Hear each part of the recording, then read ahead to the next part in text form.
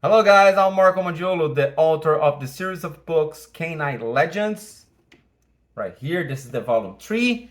And today I decided to make this video because every time that I meet with a reader, somebody that enjoyed the Canine Legends books very much, they ask me where the inspiration to writing those books came from, how and why I wrote those books. Oh, I have a dog right here with me. You guys can see it, but I have a border collie right here down here. Can you see it? No, you can't. So anyway, so where the inspirations to write Canine Legends came from, and it's kind of I used to say that it starts as a sad story, but at the end I think is a very happy story. Uh, well, let me get this book here. What happened is in 2018, this dog that you guys see here in the cover of the book, this is the real Arrow, okay? This is really her. Of course, in the real life, her name was not Arrow. Her name was Flecha. Flecha is arrow in Portuguese. I'm Brazilian, as the story tells. And we name her in the Brazilian word, Flecha. But for the books, and because we're writing the books in English, we decided to use the word arrow because flecha is very difficult for the Americans to pronounce. Okay, so arrow is it's better. Okay, for Americans, for the English speakers. So we changed the name for arrow. But in 2018, this dog passed away, and she was the love of my life. She was the best dog partner I ever had, of course. And after her, I had other dogs like Brown. Brown is this guy here in my frame. Brown also passed away in 2021.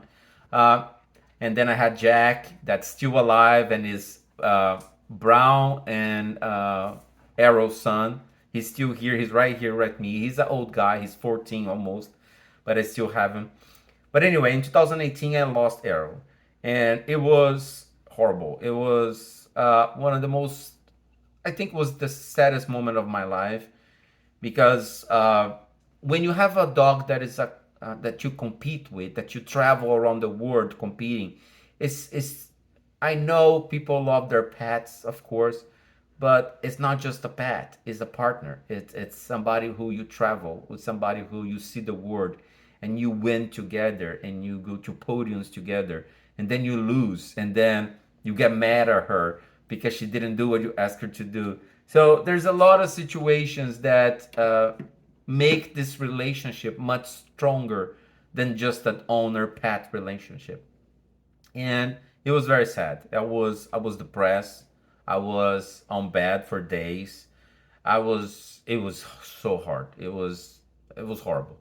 So then what happened was a friend of mine uh, sent me to see a therapist and say you need to look for help because I see you're gonna get sick. You just stay home and don't do anything, just crying and suffering because you lost your dog. And the therapist gave me a very good exercise. So that therapist said, I will ask you to sit in front of your computer and just write memories you have from her. And writing those memories, this will help you with your healing process. Uh, and I did. And it was very good. I remember sitting in front of the laptop and I was not even thinking about writing a book at all. I swear, at all. I was not. I was just like writing stories. I was just like putting everything out. And it was just like the day we went to compete in this place and the day we went to compete in the other place. So I used to like write from the Thursday, the preparation, the Friday, the travel, the competition, Saturday and Sunday, and the back home and the results and all that. And that helped me a lot. I remember I was writing and I was laughing and I was crying and I was like, it was a lot of those moments. And that's it. I put everything aside. It was on my laptop, and I went back to work, and life moved on. So 2 years after, in 2020, in the middle of pandemic, there was pandemic and all that. I remember that I went to see a client, and this client had a dog with behavior problems, and she was needing some help. So, and I went there and I helped her with her dog. And then I talking with the client, she told me that she was a writer. And I say, oh, that's cool. You're a writer. Fine. And she used to write novels. And I don't know why, but I just said to her, well, a couple years ago, I wrote stories about me and my dog traveling and competing. And she say, "Oh, let me take a look." I say, "Really?" Say, "Yeah, let me take a look." And I remember that I emailed her a few pages of those stories that I had wrote 2 years before. And she called me back and she say, "Oh, Marco, this is a book. This is an amazing book. This is," and I was like, "Oh my God, I never wrote a book in my whole life, so I don't even know how to do that." And she said, "I will give you some directions, but you're gonna write by yourself. Just put it out." And then that was Canine Legends. So pretty much what I did, because at that point I had just the stories of competitions. The day we went to this place, the day we went to that place.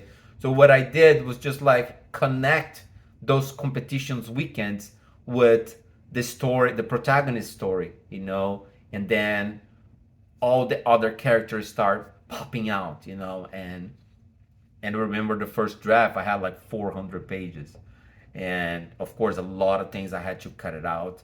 And at the end, the first Canine Legends is, I think, 360 pages.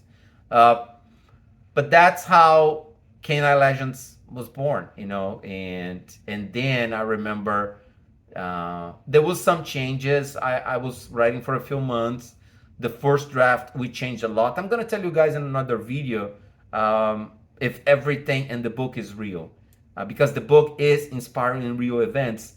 But I'm going to tell you guys in the next video what is real and what is not real. But we had a first draft, and we had to do a lot of changes from that first draft for a few months until it was good, until we had the version we wanted, and it was perfect. And then I remember I didn't even look for a publisher.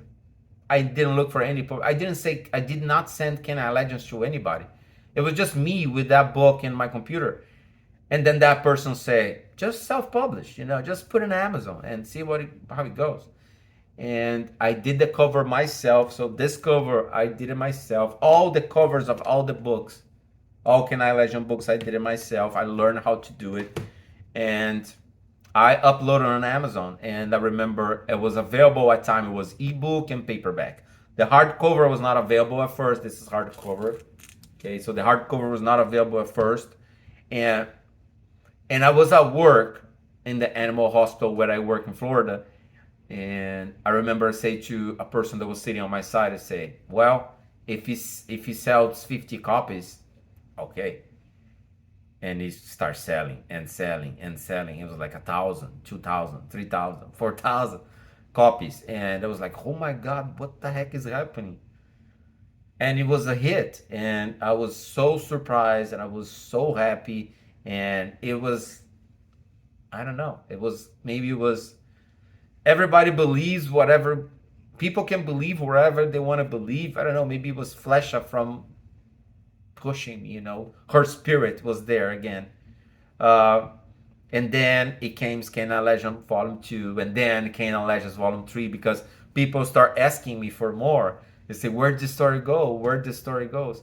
And when I finished writing Canine Legends Volume 3, actually when I was writing the Volume 3, the third one, I was thinking, I say, "Man, I can continue working Canine Legends Volume 4, 5, 6, 7, because I have so many stories." But then I decided to say, no, I'm going to end the story here with Volume 3. And it was the right decision, because continue writing more volumes, people will start losing their interest, and I'm sure of that. Like what happened. I see my favorite TV shows that they have 7, 8, 9, 10 seasons. And it's like, it's not the same anymore. So I say, no, I'm going to end with 3. 3 volumes is a good number. And then I'm going to go for writing something else. And that was it. So that's how Canine Legends inspiration came from. That's how everything happened. And don't forget, if you like my videos, follow me on YouTube, follow me on my Instagram, Facebook, and go to my website, idtcdogtraining.com, and you can see everything there. Thank you very much. Bye.